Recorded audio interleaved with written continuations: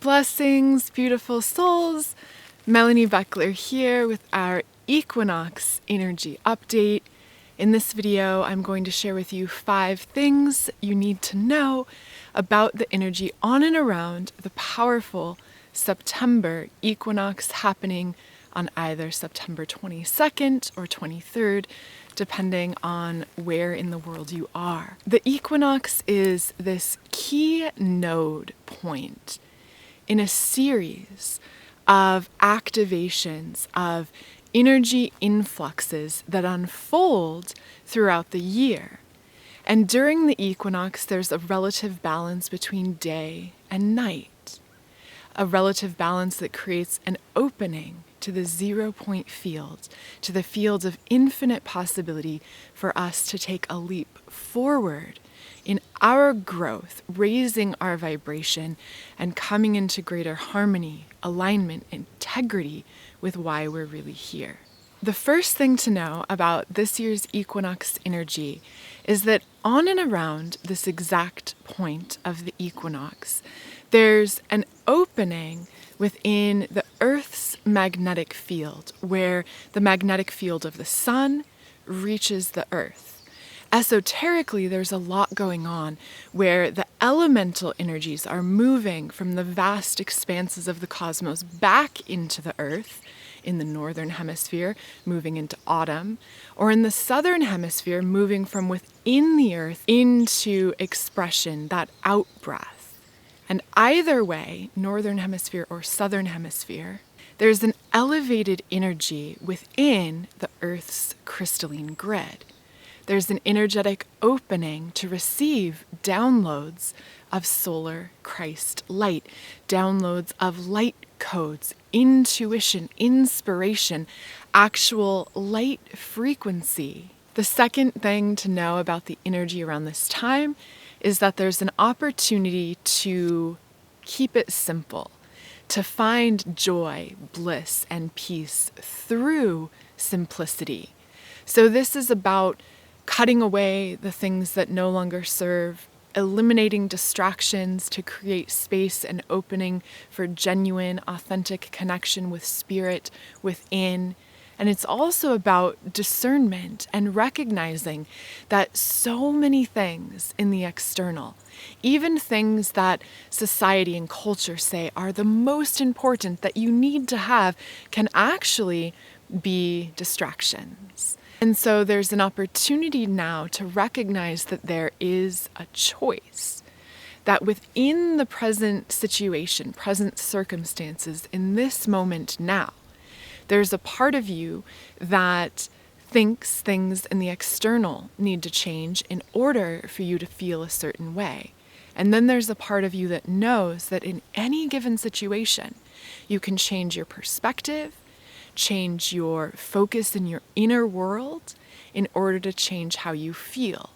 And through an inner world mastery, there's tremendous joy and bliss in every moment, regardless of what's happening in the external. With this, you can recognize that nothing in the external actually needs to change for you to raise your vibration, for you to live more joyfully. It's a conscious choice you make in the moment through awareness of your thoughts, awareness of your emotions, and where you're being asked to let go of old emotional patterns to claim the joy, the love, the bliss, the peace, the new earth energies, this new perspective of viewing through the lenses of love to recognize the underlying harmony, blessings, joy, possibility in this very moment now. And that when you level up and live with more joy exactly as things are in your life now, that empowers the greatest change in the external, far more than trying to change things from a place of feeling low. Raise your vibration first, and then from a place of inspiration, make changes in the external. So there's a choice of, do you chase things in the external, status symbols, things that you think will bring you happiness, or do you lean into your practices, your mindfulness, your meditation, your presence to claim the joy, bliss, and peace that's abundantly available to you right now. Number 3 is that this is a point of big new cycles beginning. So if you look back to the equinox we experienced in March, I shared about how that was a time of big endings.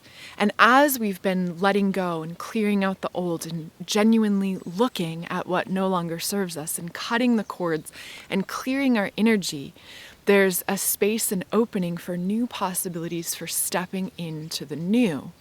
As we do this now, as we claim the new beginnings, there's a series, a micro series of choice points. The choice continues to be on a grand scale, love or fear. But it's not always that clear, and so cultivating discernment is so important. When you hear narratives on the news or things unfolding in the collective, discernment as to how to respond, as to whether to respond in any way at all, or simply adjust your inner focus to stay present, to stay centered, to keep doing the practices, the work that you know in your heart is right for you, that carries you along this trajectory into the highest possibilities for your life. Remember that there's a multitude of timelines for the future, and we each choose our timeline through our resonance, through our vibration, through what we resonate with. So if things are manifesting in your life in a way that's not what you want, how do you change the contents of your mind, your emotional body, your energetic field to level up, to begin to resonate at a higher frequency, to claim a higher timeline and trajectory for the way ahead? And stepping in to this new cycle of growth, of transformation, of beginning to live with greater joy, more in alignment with who you really are, with the truth of why you're really here. And of course, as I talk about often, a part of really aligning with this, resonating with this, is getting clear. Being clear with your intentions, being clear about what you most value, and then using discernment and awareness to recognize where you're acting in alignment with what you truly in your heart resonate with, value, want to prioritize, and where you're acting out of alignment with that. And then having the courage to let go of the things that don't serve you, to align with the timeline, with the trajectory for what you choose for your life ahead. The fourth thing to know around the equinox is that there continues to be big themes about death and rebirth. So we can see this in nature now, where in the northern hemisphere, as nature begins to enter into a state of decline and death, there's an opportunity for us to awaken our soul forces in the face of that, to rebirth ourselves, our passion for our spiritual path, our soul forces to take center stage in our life. In the southern hemisphere, where nature's coming out of that death state into life, there's an opportunity to grow with life, to expand in this season of rebirth. And either way, this major theme of releasing the old to welcome new possibilities, releasing the grip on the old paradigm to welcome the new possibilities for your life. And now the fifth thing, before we draw a quick card, is that around the equinox, there is presented this opportunity to embody more light, to receive these light downloads, to take a step, a leap forward in how you show up in the world, in how you relate to life, in how you embody soul, divine, spirit through your current incarnation. So this is both about anchoring your spiritual practices in the mundane, as well as really activating, claiming your intuition and your discernment through awareness, staying present, staying centered, grounding your energy, and being aware at the first level of what serves and supports you in your life, in growth, in thriving, and what's only weighing you down, but you're perpetuating. Time to cut those cords to step into the new.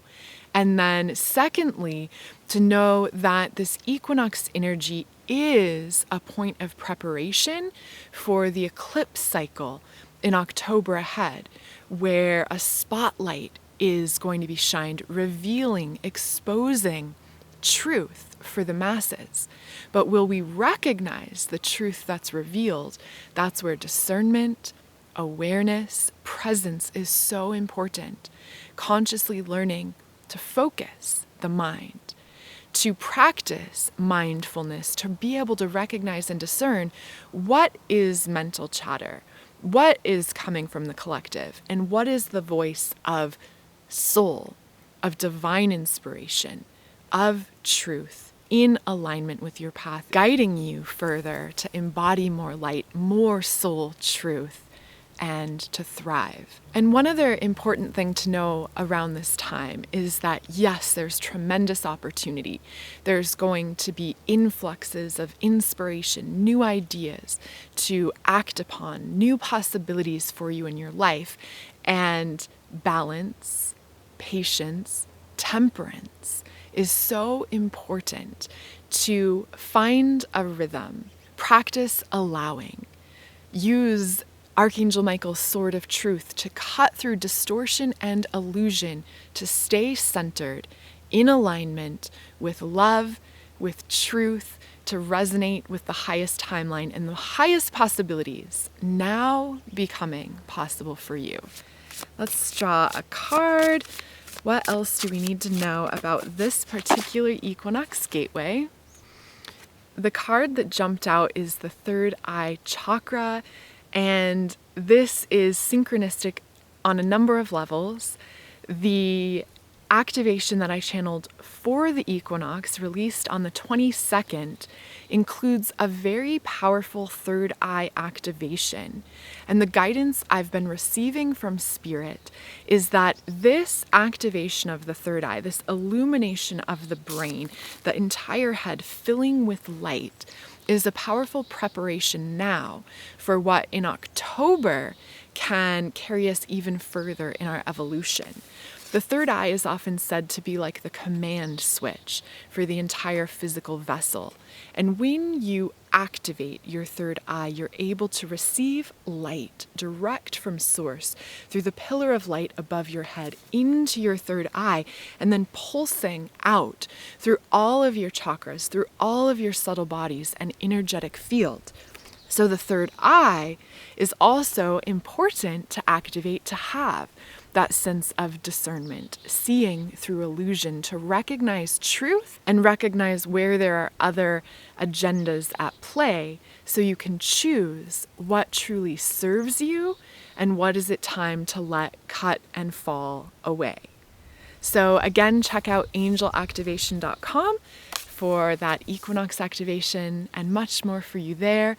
I hope this is helpful for you. I love, honor, and appreciate you, and I'll see you in the next video.